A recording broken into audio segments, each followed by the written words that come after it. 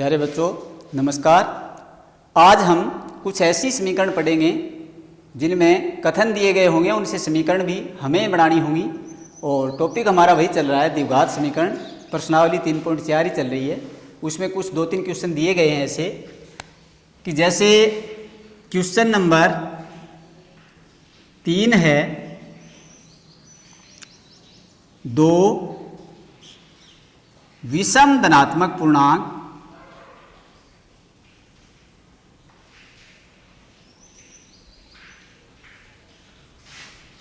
ज्ञात करो।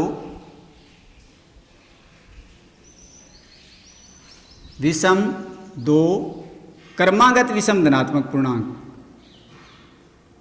मतलब क्रमागत का मतलब लगातार 2 क्रमागत विषम धनात्मक पूर्णांक ज्ञात करो जिनके वर्गों का योग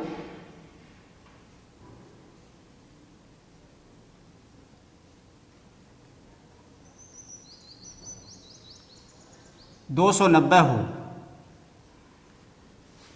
यहां पर बस योग थोड़ा बड़ा दे दिया है, इसलिए हम मौखिक हल नहीं बता सकते, हमें हल करके बताने पड़ेंगे।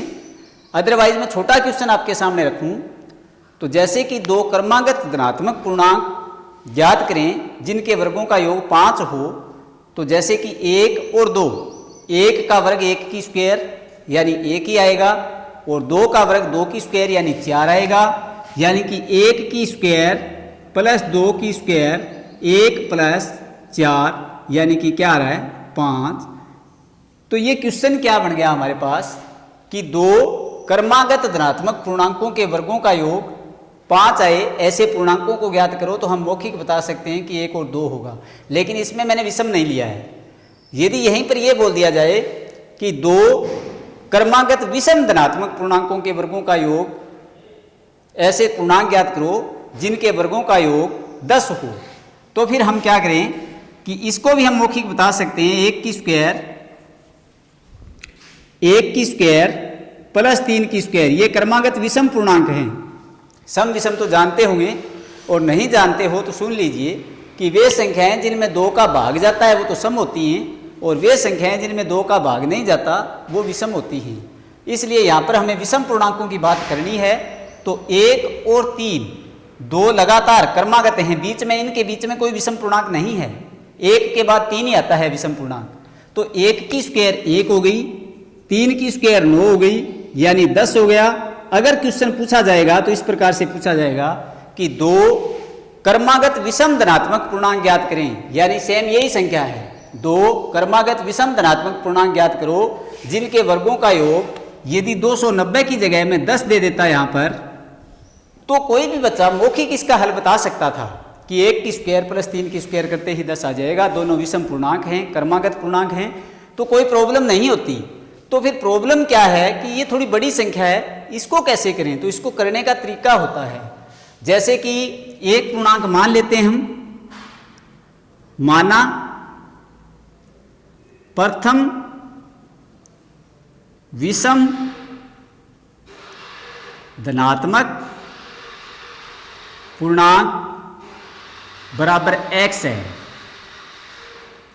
1 को हमने मान लिया कि प्रथम जो पूर्णांक है वो हमारा x है, जैसे 1 है यहां पर, वहां पर मैंने मान लिया x। फिर जो ये क्रमागत शब्द आया है इसका मतलब लगातार होता है। लगातार पूर्णांक जो आएंगे, लगातार और विषम पूर्णांक आए, चाहे लगातार सम पूर्णांक आए, चाहे क्रमागत विषम पूर्णांक हो, जैसे 1, 3, 5, 7, 9, चाहे क्रमागत सम पूर्णांक हो।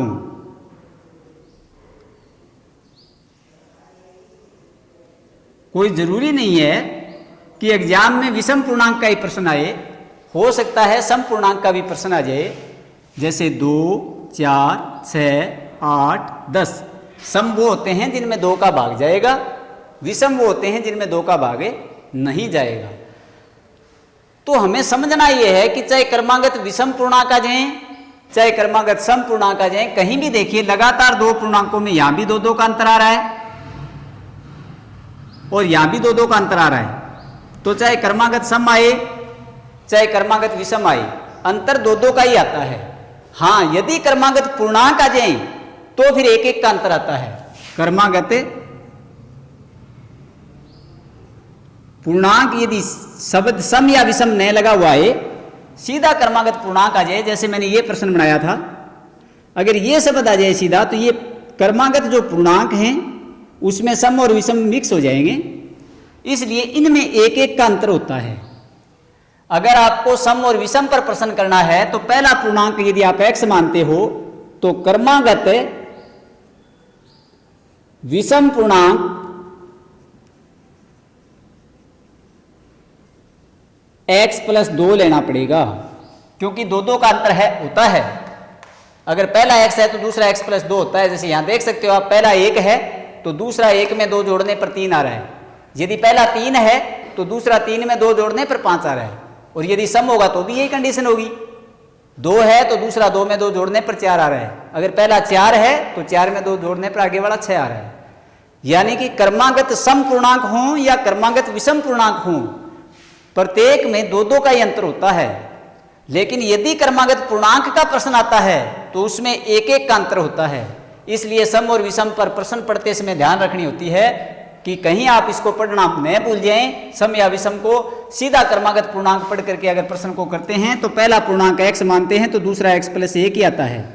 अगर इस कंडीशन पर प्रश्न आएगा तो पहला x मानेंगे तो दूसरा x प्लस 1। अगर इन कंडीशन पर प्रश्न आता है विषम या सम पर तो फिर पहला यदि x मानते हो तो दूसरा x प्लस 2। इस बात का विशेष तौर से ध्यान रखना है। आगे देखें, वर्गों का योग कहा है तो जैसे मैंने प्रश्न में यहां किया है ना, पहले का वर्ग दूसरे का वर्ग प्लस का निशान बराबर, यदि योग 10 दिया है तो 10 रख देंगे। इसी प्रकार से यहां पर करेंगे। प्रश्नानुसार प्रश्न में जो दिया है उसके अनुसार यदि हम चलें तो पहला x है, इसका वर्ग करेंगे तो x की स्क्वायर हो जाएगी, प्लस दूसरा पूर्णांक x प्लस 2 है तो x प्लस 2 की होल स्क्वायर हो जाएगी। पूरे पूर्णांक की स्क्वायर करनी है। दोनों का योगफल बताया इसने 290, योग दिया है 290, इसलिए दोनों के बीच में मैंने प्लस का निशान लगाया है। दोनों का जोड़ कर दिया वर्गों का। बराबर मान बताया इसने 290 तो बराबर मैंने मान लिख दिया 290। अब देखिए आगे क्वेश्चन को हम हल करेंगे। ये तो सेम आ जाएगा x की स्क्वायर, लेकिन इसके ऊपर देखिए आप, ये जो आपका x प्लस 2 की होल स्क्वायर आया है ये इस फॉर्मूले पर आ गई है संख्या a प्लस बी की होल स्क्वायर पर।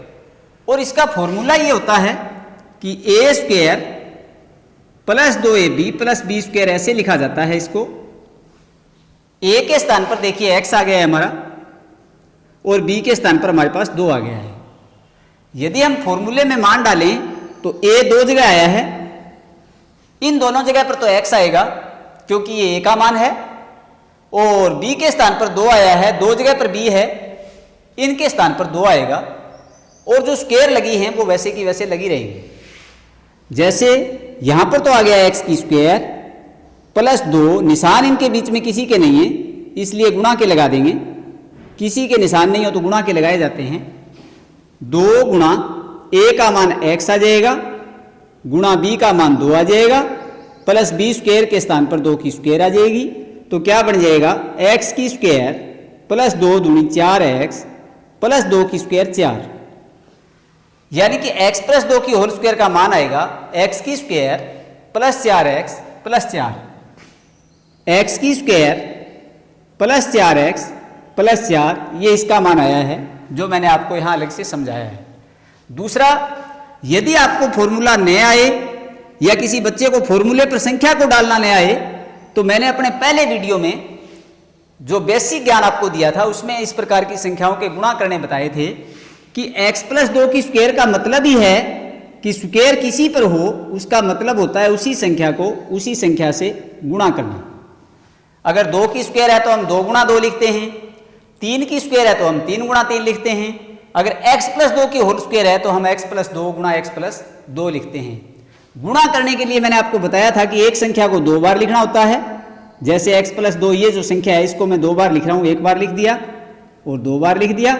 इसके 2 टुकड़े कर देंगे, x इसके आगे और 2 इसके आगे। अब गुणा करेंगे, x को x से x की स्क्वायर, x को 2 से करें 2x, फिर आगे इनका गुणा, प्लस 2 को x से करें 2x, फिर आगे 2 का गुणा 2 से करें 4, x की स्क्वायर, इन दोनों की जाति 1 है, ये भी x की पावर 1 का पद है, ये भी x की पावर 1 का पद है, तो दोनों का जोड़ हो जाएगा, सजातीय पदों का जोड़ होता है। 2x और 2x 4x आ जाएंगे और प्लस में 4 आ जाएंगे, यानी जो उत्तर हमें या सूत्र से प्राप्त हुआ था वही उत्तर हमें गुणा करने पर भी प्राप्त हो रहा है, तो हम ये उत्तर गुणा करके भी ला सकते हैं। बराबर है इसके 290, तो बराबर लिख देंगे 290।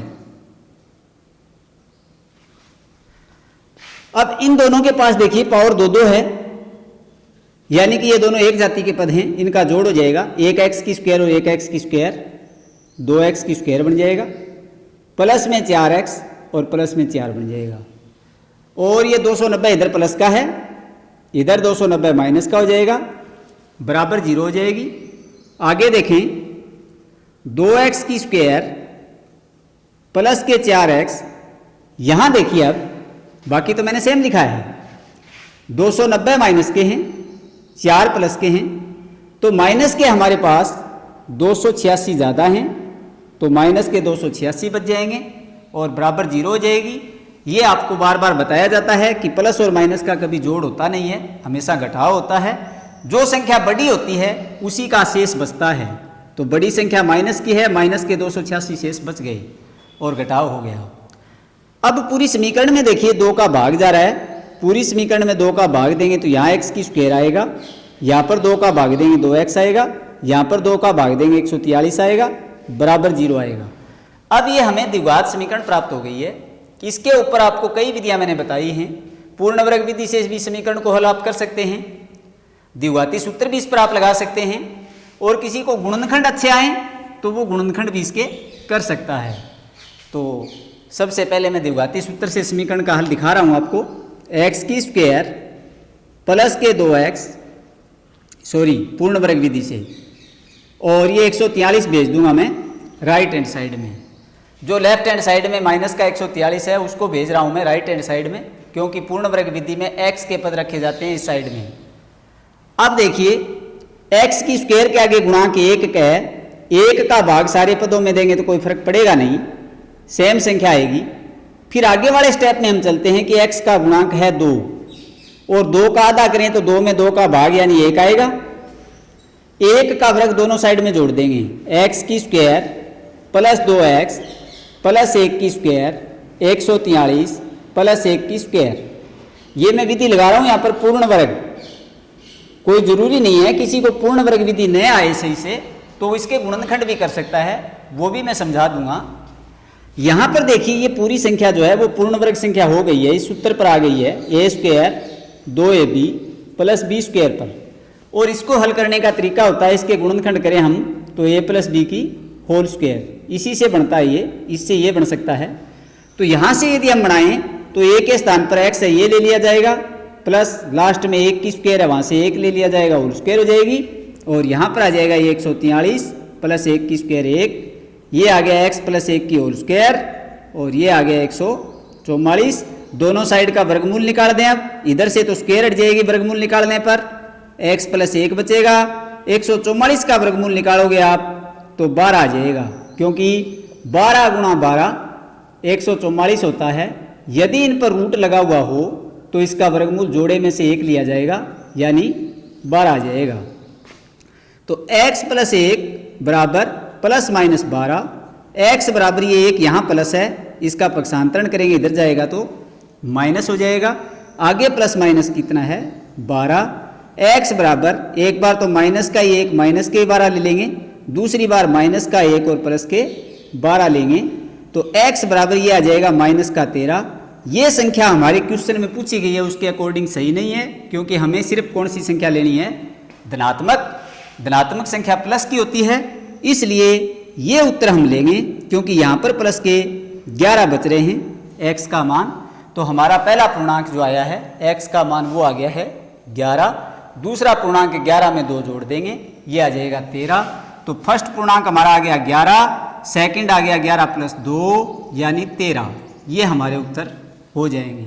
बाकी आगे नेक्स्ट क्वेश्चन देखेंगे आगे वाले वीडियो में।